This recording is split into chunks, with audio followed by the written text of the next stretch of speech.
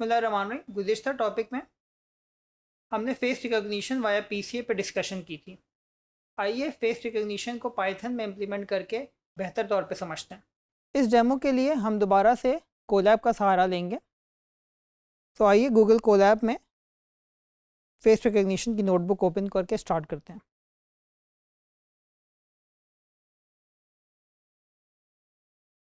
Upload पे गए, हमने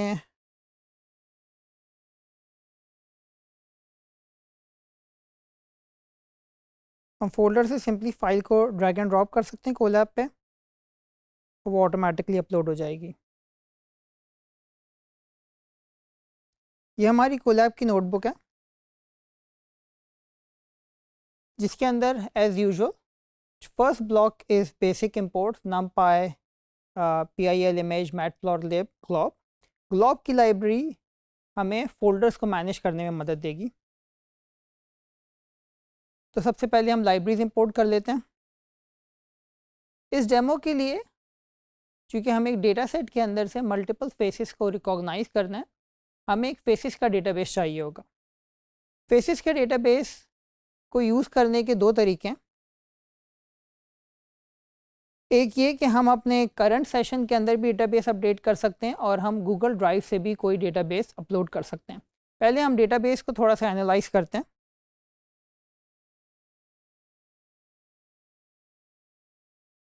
हमारे पास इस फेस रिकग्निशन के डेटाबेस के अंदर तकरीबन 400 इमेजेस हैं।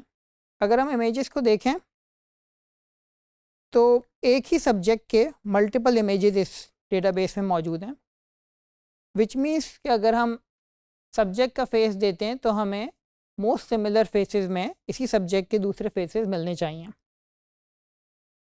इसी तरह से हम देख सकते हैं कि डिफरेंट सब्जेक्ट्स के मल्टीपल व्यू पॉइंट्स और मल्टीपल पोजेस में मल्टीपल फेसेस एक्सप्रेशन में फेसेस मौजूद हैं।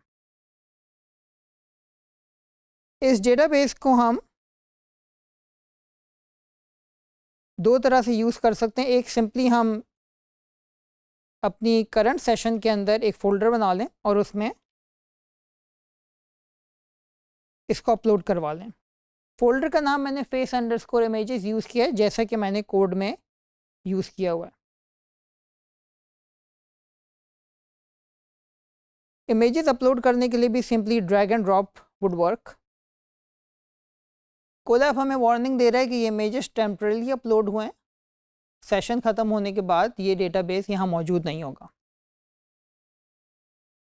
अगर आप चाहते हैं कि आपका डेटाबेस हमेशा मौजूद रहे तो उसका दूसरा तरीका ये है कि आप गूगल ड्राइव के थ्रू इसको यूज़ कर लें। सो फॉर एग्ज़ाम्पल आप गूगल ड्राइव के अंदर जहाँ आपकी कोलैब की नोटबुक्स मौजूद हैं वहाँ पे आप फेस अंडरस्कोर इमेजेस का फ़ोल्डर बना के इन फाइल्स को अपलोड कर सकते हैं। गूगल ड्राइव को माउंट करने के लिए आपको फ्रॉम google.colab import ड्राइव करना पड़ेगा, या फिर अगर आप इस आइकन पे क्लिक करें तो ये कोड ऑटोमेटिकली यहाँ पे आ जाएगा। मैं इसको क्लिक करके आपको बता भी देता हूँ। तो जब मैं इसको क्लिक करता हूँ तो ये बेसिक 2 लाइन्स ऑफ कोड हमें मिल जाते हैं। इस कमांड को रन करने से गूगल ड्राइव माउंट हो जाएगी एंड देन गूगल ड्राइव के अंदर जो भी फोल्डर है वो आप बता सकते हैं। By default content drive my drive मौजूद रहेगा और उसके आगे जो भी फोल्डर है, फॉर एग्ज़ाम्पल जहाँ नोटबुक्स हैं अगर वहाँ कॉपी किया है तो ये इस तरह से इस्तेमाल होगा। इस एक्स्ट्रा कोड ब्लॉक को हम डिलीट कर लेते हैं। करंटली हमारा डेटाबेस फेस अंडरस्कोर इमेजेस में अपलोड हो गया, तो हम करंट सेशन से ही इसको यूज़ कर लेते हैं। इस कमांड को रन करने के बाद हमें ये नज़र आ रहा है कि फ़ाइल नेम्स के अंदर 400 आइटम्स आ चुके हैं, यानी 400 फाइल नेम्स लोड हो चुके हैं। नेक्स्ट स्टेप ये है कि इन इमेजेस को यूज़ करके हम अपना डेटा प्रिपेयर कर लें, which is the matrix x जो हमने यूज़ की थी, जिसके अंदर अलॉन्ग द रोज डायमेंशन थी और along the column different samples थे। सो उसके लिए हम एक फॉर लूप का इस्तेमाल करेंगे जो इमेज अंडरस्कोर फाइल नेम के हर आइटम पे जाएगा, फाइल नेम को यूज़ करते हुए इमेज को ओपन करेगा। इमेज को ओपन करने के बाद अगर इमेज की साइज़ बहुत बड़ी हो तो आप स्केल भी कर सकते हैं। यहाँ पे हमने स्केल 1 यूज़ किया हुआ है क्योंकि हमारे इमेजेस ऑलरेडी 64 बाय 64 के, जो एक काफ़ी छोटी साइज़ है।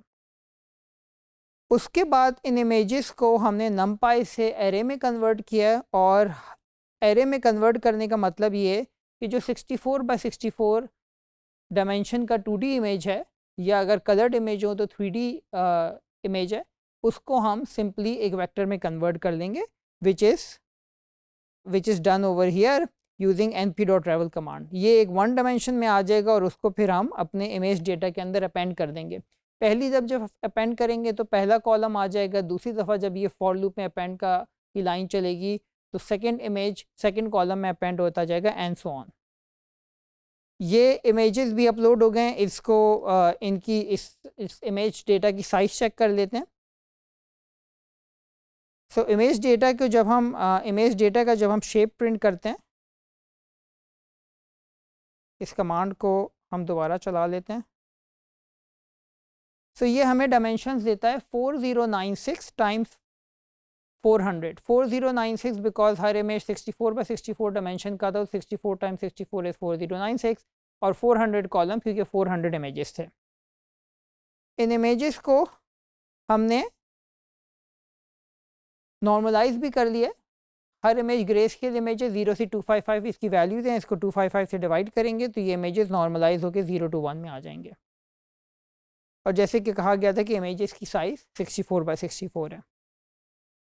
जो नेक्स्ट स्टेप है, जब इमेजेस लोड हो गए, इमेजेस लोड होने का मतलब ये है कि हमने x की एक मैट्रिक्स बना ली है l by n डायमेंशंस की, जहाँ पे l is the number of pixel in the image which is 4096 and n is the number of images which is 400। अब इसके बाद हमने प्रिंसिपल कंपोनेंट एनालिसिस अप्लाई करना है। प्रिंसिपल कंपोनेंट एनालिसिस अप्लाई करने के लिए हम एसपीडी का फंक्शन यूज़ करेंगे, जो एनपी के लीनियर अलजेब्रा की लाइब्रेरी में हमें अवेलेबल है।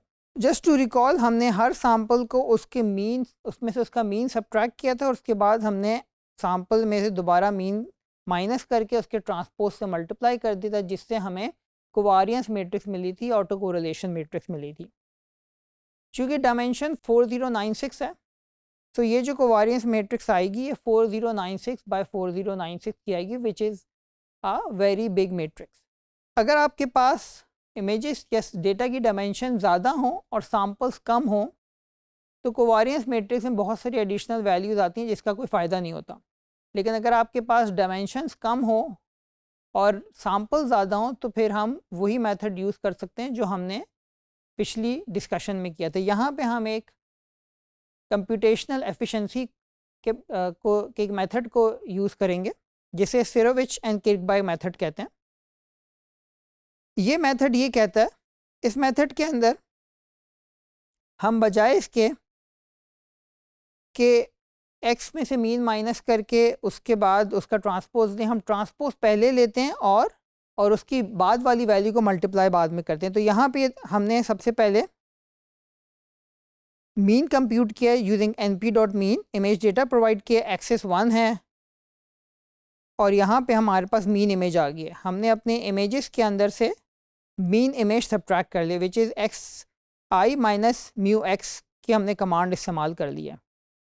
यहाँ पे हमने x minus mu x into x minus mu x transpose की जगह हमने x minus mu x transpose into x minus mu x को इस्तेमाल किया, which is written over here, image data mean center transpose asterisk image data underscore c. Asterisk यहाँ matrix multiplication को represent कर रहा है। हमने यहाँ पे ये चेंज इसलिए किया है ताकि हमारी कंप्यूटेशनल एफिशिएंसी बढ़ सके। अगर 4096 की मैट्रिक्स को 4096 की ऐसे मल्टीप्लाई करें तो एक बहुत बड़ी मैट्रिक्स आएगी, लेकिन अगर हम ट्रांसपोज पहले ले लें तो हम 400 इंटू 4096 को 400 इंटू 4096 इंटू 400 से मल्टीप्लाई कर रहे हैं, विच मीन्स 400 बाय 400 की मैट्रिक्स आएगी। इसे हम ये मेथड सिरोविच एंड किर्कबाई का मेथड है जिसे हम यहाँ कंप्यूटेशनल एफिशिएंसी के लिए यूज़ करें। लेकिन चूँकि हमने एक डिफरेंट स्ट्रैटेजी यूज़ करी है तो इसके अंदर अगर हमें सेम ही आइगन वेक्टर्स चाहिए तो हमें x से मल्टीप्लाई करना पड़ता है। तो इसलिए हमने यहाँ पे एक एडिशनल स्टेप किया जिसमें हमने इमेज डेटा को ऑब्टेन्ड आइगन वेक्टर से मल्टीप्लाई कर दिया। एसवीटी की कमांड हमें u के अंदर आइगन वेक्टर्स देती है, s के अंदर आइगन वैल्यूज़ देती है, और हमने u को दोबारा से इमेज डेटा से मल्टीप्लाई कर दिया जिससे हमारे पास अपडेटेड u आ गए जो एक्चुअल आइगन वेक्टर्स है जो हमें चाहिए थे। अगर हम इस कमांड को चलाएं और हम यू का शेप चेक करें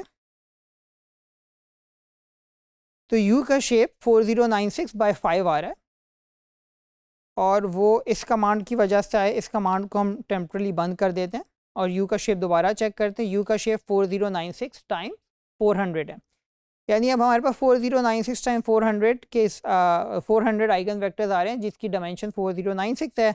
हम अब यहाँ पे कोई कंप्रेशन अप्लाई कर सकते हैं। फॉर एग्जांपल अगर हम कंप्रेशन करना चाहें तो हम सिर्फ 5 डायमेंशन भी यूज़ कर सकते हैं। 5 डायमेंशन एक बहुत कम डायमेंशन है, लेकिन इन कम डायमेंशन से इस एग्जांपल को चला के देखते हैं कि कितनी अच्छी फेस रिकग्निशन हो सकती है।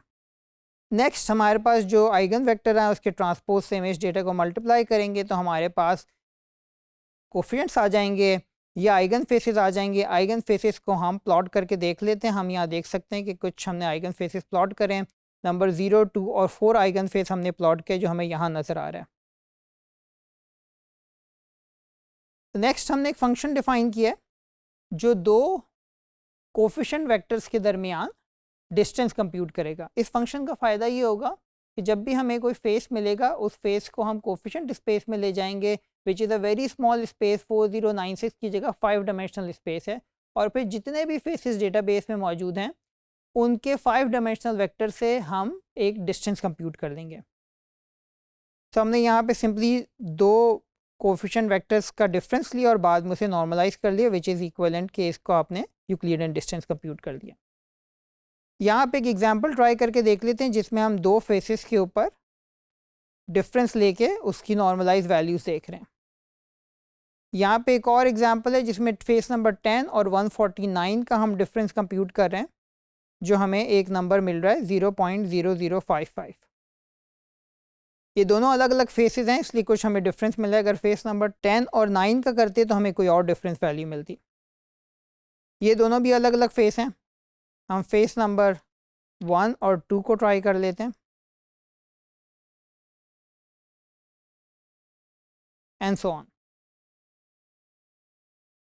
अब हम एक और फंक्शन बना रहे हैं जिसके अंदर हम अपनी स्ट्रैटेजी को इम्प्लीमेंट करेंगे, यानी हम एक फेस प्रोवाइड करेंगे और वो पूरे डेटाबेस में सारे फेसेस से कोफिशिएंट स्पेस में या रिप्रेजेंटेशन स्पेस में डिस्टेंस कंप्यूट करके हमें ये बताएगा कि टॉप 3 सिमिलर फेसेस कौन से हैं। तो यहाँ पे हमने 3 स्कोर्स डिफाइन किए हैं, which is a very high value. Best face index define किया विच इज़ 0। फिर we do a for loop जिसमें हम 400 इमेजेस को आइट्रेट कर रहे हैं। हर दफ़ा एक नए फेस को इनपुट फेस के साथ सिमिलैरिटी कंप्यूट करते हैं और उस सिमिलैरिटी की वैल्यू को हम चेक करते हैं कि क्या इससे बेहतर कोई इमेज या ज़्यादा सिमिलर इमेज मौजूद है। अगर नहीं और ये मोस्ट सिमिलर है तो फिर उसे हम अपने बेस्ट स्कोर और बेस्ट फेस इंडेक्स के अंदर स्टोर करा लेते हैं। और आखिर में हमने 3 जो बेस्ट मैचेस के फेसेस आए उन्हें प्लॉट करवाया हुआ है यूजिंग इमेज शो कमांड। तो इस फंक्शन को भी डिफाइन कर लिया हमने। अब इस फंक्शन को टेस्ट करते हैं। हम फेस नंबर 205 प्रोवाइड कर रहे हैं और देखते हैं कि फेस नंबर 205 से मोस्ट सिमिलर इमेजेस कौन से हैं। तो this is a face number 205 और ये फेस नंबर 205 के साथ सिमिलर इमेजेस रिट्रीव हैं। First image is the same image and then there are other images. ये एक और एग्जांपल है। यहाँ पे हम देख सकते हैं कि this is a face number 10। Face number 10 जो एज एग्जैक्ट फेस था वो भी रिट्रीव हो गया। जो सेकंड फेस रिट्रीव हुआ है डेटाबेस में भी वो भी उसी ही सब्जेक्ट का फेस है except with a different expression. इसका मतलब हमारी स्ट्रैटेजी डेटाबेस में से सिमिलर फेसेस एक्सट्रैक्ट करके दे रही है। इसी तरह से कोई और फेस ट्राई करते हैं। अगेन यहाँ पे फर्स्ट फेस वही रिट्रीव हुआ है। Second face is also the face of the same subject in slightly different pose and so on. Similarly एक और एग्जांपल देखते हैं। We can see this is another person with a big beard. First face वही retrieve हुआ है, second face उसी person का face retrieve हुआ है फिर slightly different pose and so on.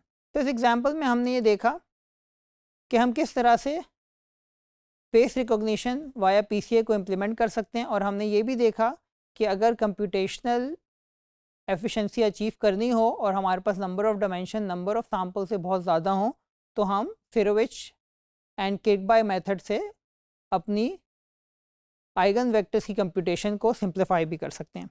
और इस एप्लीकेशन को हम कोलैब से डाउनलोड कर सकते हैं इन पाइथन फाइल फॉर्मेट और किसी भी अपनी प्रोडक्ट के अंदर इस्तेमाल कर सकते हैं। तो जब हम यहाँ से डाउनलोड करते हैं तो हमारे पास 2 ऑप्शन है, I Python notebook and dot Python file.